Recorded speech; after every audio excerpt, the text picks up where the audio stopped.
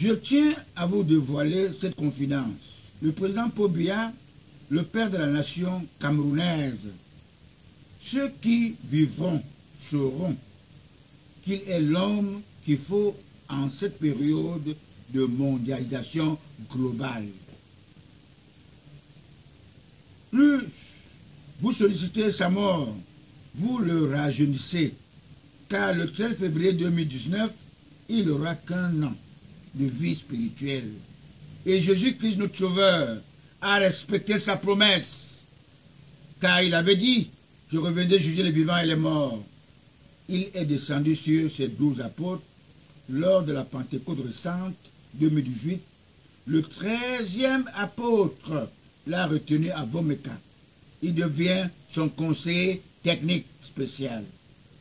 La récréation est terminée. Le pays sera confié aux nationalistes, comme ses amis séminaristes, Georges Ngambo, qui se trouve au paradis. Raison de plus que j'avais demandé à tout son entourage avant les élections du 7 octobre 2018 récentes d'aller lui demander pardon de l'avoir induit en erreur parce que il les avait fait confiance sans savoir que la confiance n'exclut pas le contrôle. A-t-il déjà visité le stade qui porte son nom? That is the question.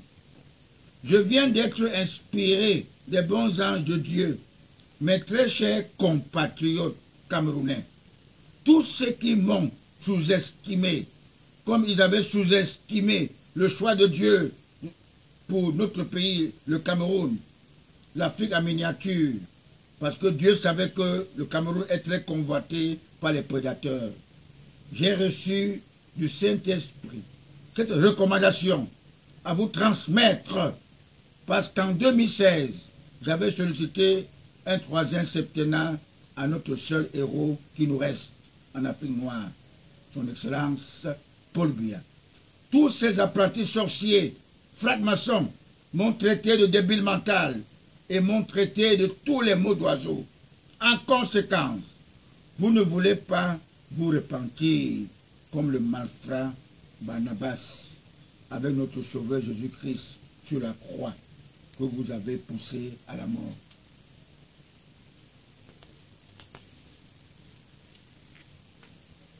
Je m'adresse à tous ces opportunistes politiciens. Ne soyez pas surpris d'être atteint de l'AVC le 29 décembre 2018 pour symboliser la date de ma 3e année de la vie spirituelle, car je suis l'homologue de Cheikh Anta Diop, Capricorne comme moi. En ma qualité de politologue spirituel, patriarche Nobel Congo, président fondateur de COTRAC, je me permets de faire des propositions au chef de l'État, notre président d'honneur de COTRAC. La première chose que je peux demander à tous les Camerounais, que chacun doit faire son travail partout où il se trouve. En ma qualité de président de retraité de l'Afrique centrale, je souhaiterais que la pension retraite soit revalorisée immédiatement, car c'est nous, les retraités, qui avons voté Paul Biya. Personne ne peut prétendre faire une récupération, parce que nous maîtrisons l'histoire de ces deux régimes. J'avais qualifié le premier de ténèbres et de dictature sauvage. Le deuxième, l'homme du renouveau, la lumière dans la liberté d'expression qui a failli être libertinage, car même les sans-caleçons ont droit à la parole. Il faudrait que tous les responsables qui ont participé au retrait de notre CAN 2019 soient connus et sanctionnés avec la dernière énergie. Parce qu'ils sont considérés comme des criminels. Pour prouver à tous les Camerounais que la CAN n'était pas uniquement pour le chef de l'État, c'était pour nous, les Camerounais. Nous avons été vraiment déçus de ce geste-là. Et le président Paul Biya connaît, il est conscient, mais en quelque chose, malheur est bon. Il faut que les gens payent ce qu'ils ont fait. Ce n'est pas Paul Biya qui devait être gai. Si nous gagnerons la CAN plus tard que jamais.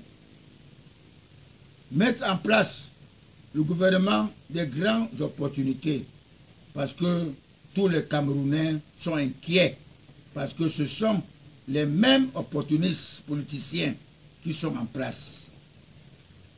Nous ne pouvons jamais avoir une paix durable avec ces déstabilisateurs tapis dans l'ombre.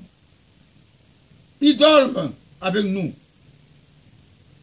Nous partageons tous le même toit.